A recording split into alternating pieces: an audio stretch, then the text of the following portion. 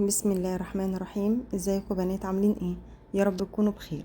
النهارده ان شاء الله هنعمل مع بعض كيكه حلوه جدا، طريقتها سهله وسريعه وكمان شكلها حلو جدا في التقديم. هنعمل مع بعض كيكه الشموع بطعم خطير وطعمها كمان يجنن، والطبقات بتاعتها حلوه جدا. كيكه الشوكولاته مع الكريم كراميل مع الكاكاو كده طعمها بجد حلو جدا. لو محتاجين تاكلوا حاجه حلوه وسريعه جربوا الكيك دوت، وانا متاكده ان شاء الله ان هو هيعجبكم. يلا بينا نبدا الوصفه بتاعتنا. معايا هنا كوبايه ونص من الدقيق، نخلاهم كويس جدا. هحط عليهم نص معلقه كبيره من البيكنج باودر، وكمان معايا نص كوبايه من الكاكاو الخام. هنا ما نخلتش الكاكاو، هنخله بقى معاكم، لازم برضك ندخله عشان لو في اي تكتلات او حاجه ما ينزلش على الدقيق ويعمل تكتلات معايا. فبرضه هندخل الدقيق بالشكل اللي انتوا شايفينه دوت. وكده خلاص بتكون المواد الجافه جاهزه معايا. هنقلبهم كده كويس مع بعض، ندخل المكونات مع بعض. وكده خلاص الدقيق كده والكاكاو جاهزين معايا. نبدا بقى نجهز المواد السائله بتاعتنا. معايا كوبايه من الميه، هحط عليهم كوبايه الا ربع من الزيت، وهرفعهم على النار يسخنوا او يغلوا مع بعض. انا عايزاهم يكونوا سخنين جدا. على ما يسخنوا هكمل باقي المكونات السائله بتاعتي. معايا كوبايه من السكر، هحط عليهم بيضتين بدرجه حراره المطبخ، ومعايا نص معلقه صغيره من الفانيليا ونص معلقه من الخل. هنضربهم بقى كده كويس جدا مع بعض لحد السكر ما يدوب مع البيض والقوام بتاعه كده يبقى فاتح معايا. بعد ما ضربته وصل معايا كده بالشكل اللي انتوا شايفينه ده، نتأكد ان السكر داب مع البيض.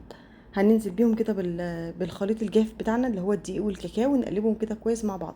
في المرحلة دي هنحس كده ان الدقيق بقى تقيل جدا معايا. الخليط بتاع الكيك هنا كده هيكون تقيل، لان احنا لسه ما كملناش المواد السائلة مع الكيك. خلطناهم كده كويس مع بعض، شايفين كده شكله بقى ازاي تقل كده معايا بالشكل اللي انتوا شايفينه ده. هنا بقى هنجيب الميه والزيت اللي احنا رفعناهم على النار وخليناهم سخنين، هحط عليهم معلقتين كبار من نسكافيه سريع الذوبان كده، واقلبهم مع بعض لحد ما النسكافيه يدوب.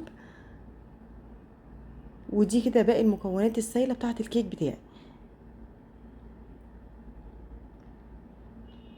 بعد كده النسكافيه خلاص ما داب معايا، هننزل بقى بيهم على الدقيق والكاكاو.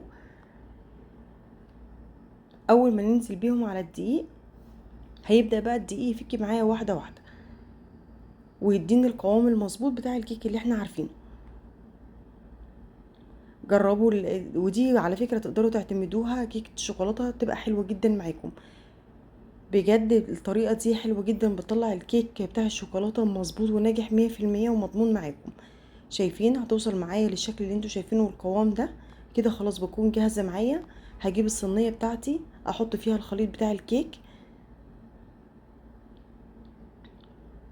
انا هنا حطيت ورقة من الزبدة، لان بعد ما الكيك ما يستوي معايا هقلبه على ظهره الناحية التانية. هشيل ورقة الزبدة وبعدين اقلب الكيك، هوريكم شكلها بعد ما تطلع. هنا بالشوكة او اي خلة نقدر نعمل بس بيها كده، نمشي بيها في الكيك عشان لو في اي فراغات او فيها اي هواء في الكيك نخرجه. وفي المرحلة دي طبعا احنا مولعين الفرن على درجة حرارة 180، لازم يكون سخن. ندخل فيه الكيك وهتقعد لها تقريبا 35 دقيقة. على ما الكيك ما يستوي هنبدأ نجهز الخطوة التانية. معايا هنا كوبايتين من الحليب او اللبن، هحط عليهم ظرفين من الكريم كراميل. هقلبهم كده كويس على البارد وبعدين ارفعهم على النار.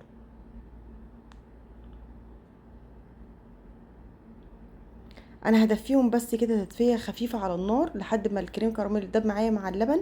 هكون بقى مجهزه الشفشق الخلاط بتاعي. هحط فيه كيسين من البسكوت، وهنزل فيه بالخليط بتاع الكريم كراميل. لازم ندوب الكريم كراميل واللبن على النار شويه. معايا اي نوع بسكوت ساده انتوا بتفضلوه. انا استخدمت هنا باكوين 2. هنحطهم كده على الكريم كراميل ونضربهم بقى كويس مع في الخلاط. حطيت هنا كمان دي كانت معلقه كريم شانتيه. وكمان حطيت هنا 4 مكعبات من الجبنه المثلثات. لو في جبنه كريمي عندكم او الجبنه المربعات، اي نوع جبنه حابينه او موجود عندكم تقدروا تستخدموه. ممكن كمان تستبدلوهم بمعلقتين من القشطه. هنا شايفين خلاص الكيك هنا كان طلع من الفرن، وشلت ورق الزبده بتاعي وقلبت كده الكيك. ده كانت الظهر بتاعها. طبعا انا سبت الكيك يبرد خالص، وكنت مجهزه نص كوبايه من اللبن او من الحليب، حطيت عليهم معلقه من الكاكاو وقلبتهم مع بعض. انا ما استخدمتش سكر تاني. لو عايزين تزودوا معلقه سكر مع الحليب والكاكاو براحتكم، بس انا اكتفيت بالسكر اللي كان في الكيك. هنا بقى كان الكريم كراميل كان ضرب كويس جدا في الخلاط مع البسكوت. عايزينه كده يكون ناعم، وسبته يتماسك كده شويه. المفروض ان هو يبرد تماما، يعني سيبوه براحته خالص يبرد، تدخلوه التلاجة يبرد وياخد راحته خالص في البروده بتاعته. وبعدين بعد ما نطلعه هنزينه كده بشويه من الكاكاو الخام. انا هنا كان لسه الكريم كراميل كان دافي معايا، ما كانش بارد تماما. زينته بقى كده بالكاكاو بتاعي، وكده خلاص الكيكه بتاعتي بقت جاهزه معايا، وطلعت شكلها وطعمها حلو جدا.